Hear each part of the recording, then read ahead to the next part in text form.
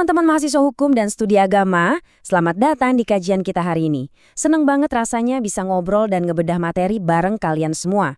Hari ini, kita bakal masuk ke sebuah persimpangan yang, jujur aja, sangat krusial, sering banget diperdebatkan dan pastinya relate banget sama realitas sosial kita sehari-hari.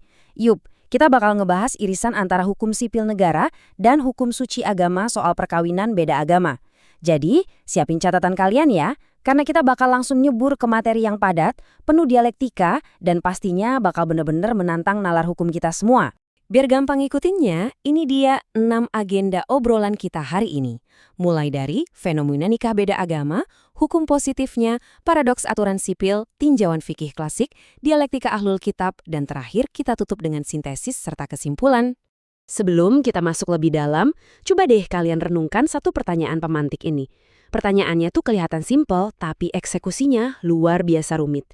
Gimana sih sebenarnya negara dan agama mengatur cinta beda keyakinan di Indonesia?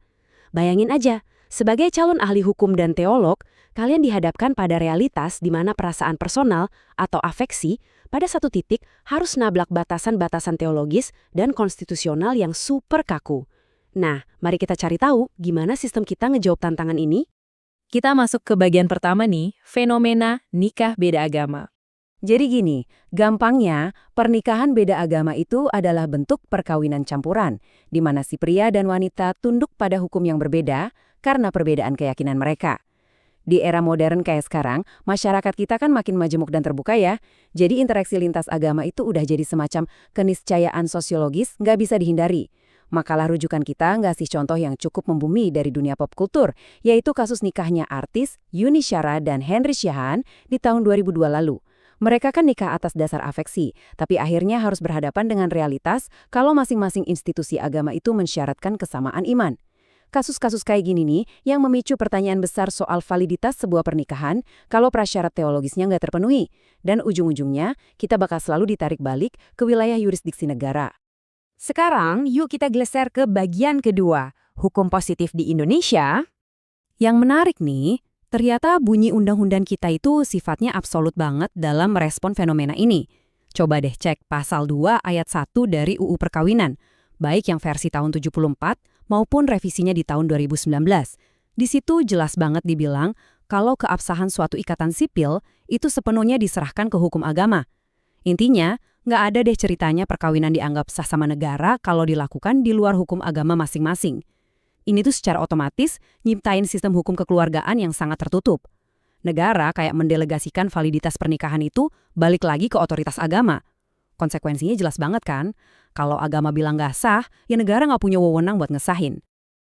Kalau kita zoom in lagi pakai kacamata kompilasi hukum Islam atau KHI, ketegasan itu kerasa makin nyata.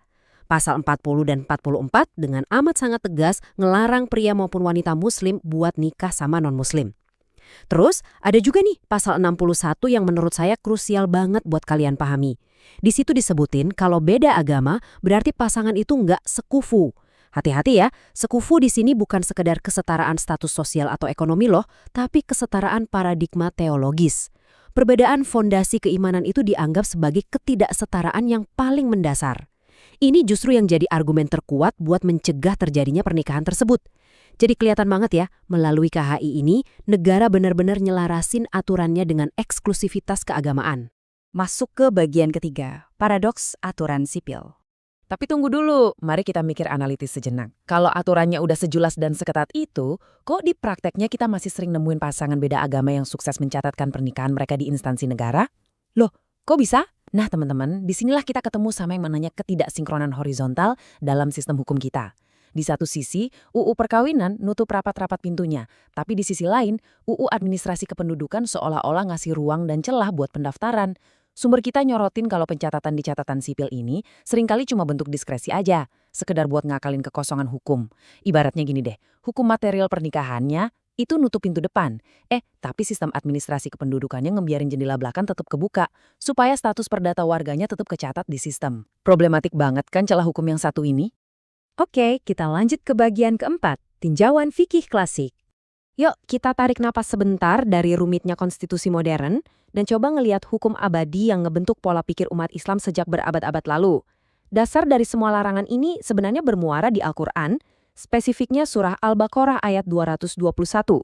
Firman ini turun secara eksplisit buat mengharamkan ikatan perkawinan antara umat muslim dan kaum musyrikin atau penyembah berhala. Terus, alasannya apa dong? Teks fikih klasik nyebutin kalau logikanya itu murni buat perlindungan akidah yang ketat banget. Nyatuin dua orang dengan pandangan fundamental soal ketuhanan yang saling bertolak belakang itu, dikhawatirkan bakal ngerusak tatanan keimanan seseorang. Atau kalau pakai bahasa kontemporer, takutnya keyakinan si pasangan yang muslim ini malah luntur atau ketarik keluar dari prinsip tauhidnya. Tapi nih, yang bikin sejarah hukum Islam itu dinamis, ternyata penerapannya nggak selalu monolitik alias kaku satu arah loh. Ada nuansa berbasis gender yang sempat disepakati di era kekhalifahan Umar bin Khattab. Waktu itu ada konsensus yang bedain secara tegas. Pria muslim dalam kondisi tertentu boleh menikahi wanita Nasrani. Tapi pria Nasrani mutlak nggak boleh menikahi wanita muslimah. Kenapa pendekatannya bisa beda begini? Para ulama klasik berpendapat, ini murni masalah perlindungan hak asasi beragama di dalam struktur sosial yang waktu itu patriarkis banget. Di masa itu kan suami punya dominasi absolut. Jadi ada kekhawatiran besar kalau wanita muslim menikah sama pria non-muslim, si wanita ini bakal ditekan, kehilangan kebebasan beragamanya, dan anak-anaknya otomatis bakal ikut keyakinan ayahnya. Logis kan dari sudut pandang sosiologis masa itu? Sekarang kita masuk ke pembahasan yang cukup panas di bagian kelima, dialektika Ahlul Kitab. Pembahasan tadi secara natural ngebawa kita ke topik yang paling sering jadi bahan debat para ahli fikih lintas generasi. Gimana sih status hukumnya menikahi ahlul kitab atau pemeluk agama yang punya kitab suci terdahulu? Coba deh kalian lihat spektrum pemikiran madhab di tabel ini.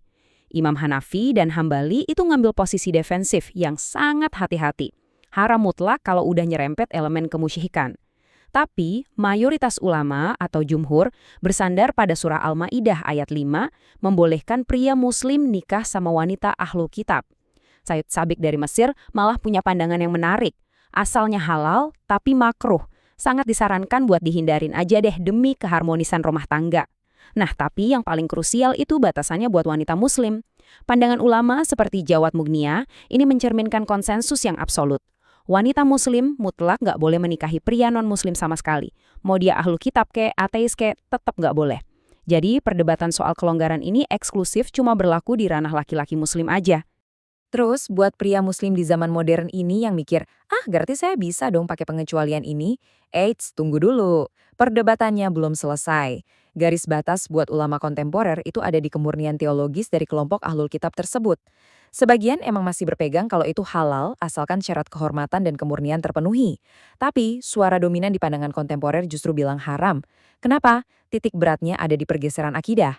Logikanya gini, kalau akidah ahlul kitab masa kini itu udah bergeser ke konsep trinitas atau meyakini entitas manusia sebagai anak Tuhan, maka secara tinjauan fikih murni, individu itu udah masuk ke kategori musyrik.